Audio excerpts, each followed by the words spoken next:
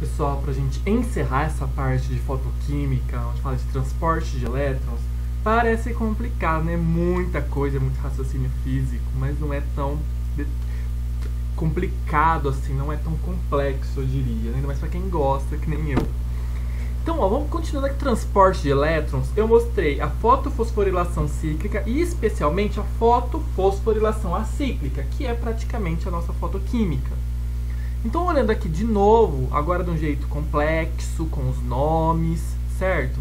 Então, aqui o P700 é o fotossistema 1, o P680 é o fotossistema 2. Vamos começar pelo P700, né, o fotossistema 1. Ele recebe energia luminosa, fica uma clorofila excitada, ou seja, o elétron excitado. Lembra, o elétron ele vai passando por vários transportadores até chegar no NADP. Então, como eu coloquei no outro slide, lá da aula anterior, está escrito resumo. Aqui é mais detalhado. Então, ele passa por vários aceptores de elétrons até mandar ele para o NADP. Então, esse elétron excitado, ele passa por uma clorofila, depois ele é mandado para uma quinona, aí ele passa por proteínas ferrosulfurosas, a X, A, B, até que vem para a ferridoxina. Todas são de enxofre e ferro. A ferridoxina manda ela para a FNR, que é a flavoproteína ferridoxina NADP redutase, ou seja, a enzima que vai causar a reação de pegar o elétron e juntar com o NADP+. Aí o NADP+, se transforma no NADPH, tudo bem? Aqui tem todos os componentes para onde a gente vai passando e aqui tem só legenda. Lembrando, o fotossistema 1 ficou sem elétrons, precisa repor. O fotossistema 2, lembrando que tudo isso aqui é um centro de reação. O fotossistema 2 também tem seu elétron excitado pela luz, ele salta. Ele vai passar por alguns componentes, lembra os aceptores de elétrons? Então ele passa pela feofitina, pela plastoquinona A, pela plastoquinona B e entra no complexo citocromo. Aqui eu tenho um conjunto de proteínas citocromo por onde esse elétron vai passando, perdendo energia. Aí ele passa para plastocianina, repondo o fotossistema 1, ok? E o fotossistema 2, que ficou faltando elétrons, ele vai receber da água. Lembra que eu vou ter a fotólise da água? A água vai ser quebrada, os elétrons vão ser transportados para a clorofila, tá? Para o fotossistema 2. Lembrando que essa fotólise ela ocorre no lume celular. Desculpa, no lume do tilacoide, ali onde vou ter os prótons armazenados. O gás oxigênio se difunde pelas membranas, indo embora, por difusão simples, e os prótons ficam armazenados no lume do tilacoide. Tudo bem? Aqui não tem segredo, gente, é só seguir o esquema que eu já apresentei na outra parte. Então, repetindo, fotossistema 1 recebe luz, fica excitado. Esse elétron excitado vai ser sequestrado, mas ele passa por uma cadeia de aceptores de elétrons. Então, clorofila, para uma quinona, para as proteínas ferrosulfurosas, até chegar na ferridoxina. A ferridoxina passa para a enzima, né, aqui, a flavoproteína ferridoxina NADP redutase, mandando esse elétron para o NADP. Ó, redutase, eu estou reduzindo o meu NADP+, que está oxidado, e ele ficou o NADPH, que é reduzido. Para repor esse elétron aqui do fotossistema 1, o fotossistema 2 também é excitado, esse elétron escapa, né, vai ficar lá todo excitado, cheio de energia e instável, e ele vai passar por uma cadeia também de aceptores de elétrons. Então, ele passa para a feofitina, para a plastoquinona A, plastoquinona B, entra num complexo de proteína citocromo e depois passa para a plastocianina, que envia ele para o fotossistema 1.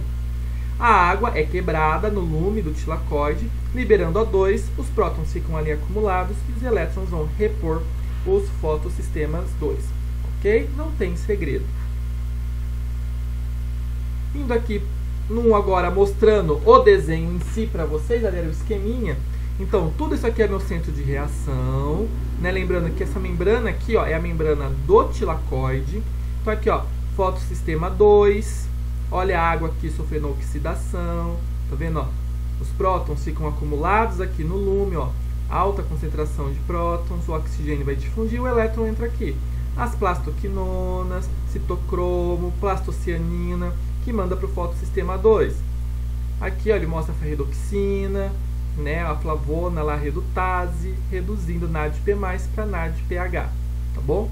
E aqui, gente, o interessante é que no lume celular eu vou ter um acúmulo de prótons, não vou? O que vai gerar um gradiente eletroquímico. Só lembrar das primeiras aulas de nutrição sobre biofísica de membrana. Esse excesso vai passar através da proteína ATP sintase. Então aqui eu tenho uma bomba de prótons. Esses prótons em excesso passam. Ao modificar a estrutura aqui, né, causar um giro, como se fosse uma turbina dessa proteína ATP sintase, ele produz ATP.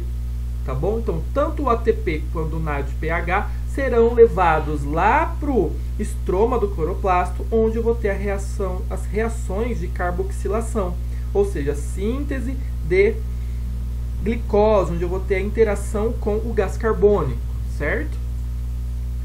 Então aqui para a gente ver em mais detalhes, ó, aqui a gente tem o fotossistema 700, aqui a plastocianina, várias partes, ele é complexo, então aqui ó, clorofila, quinona, aqui ó, a gente tem aquele complexo de enzimas ferrosulfurosas, aí lá fora a ferridoxina, tá, que está oxidada, ficou reduzida, então aqui mostra todo um sistema proteico.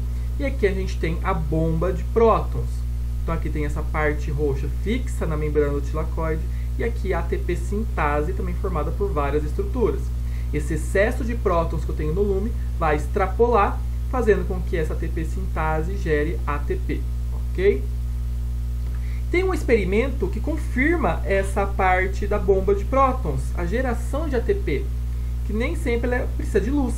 Então temos aqui o experimento de André Jagendorf, que é a síntese de ATP na ausência da luz, gerado por potencial eletroquímico entre o estroma e o lume dos tilacoides.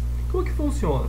Ele pegou aqui um Erlenmeyer, colocou uma solução tampão com pH 4 e colocou cloroplastos com tilacoides aqui, certo?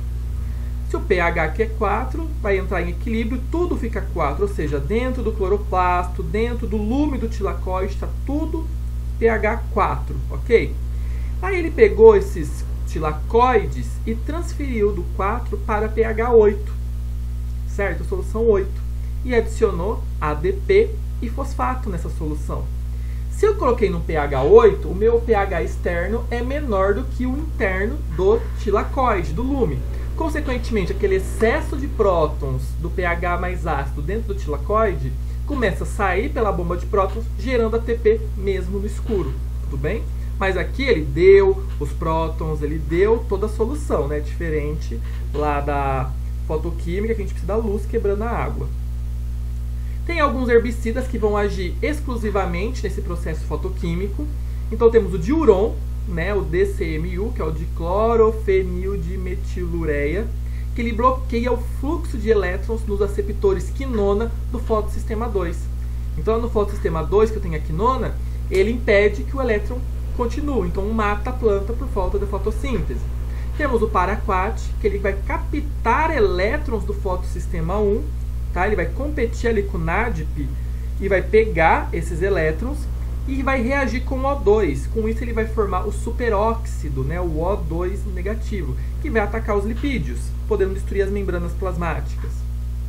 A célula tem alguns mecanismos de proteção, né, contra a fotooxidação.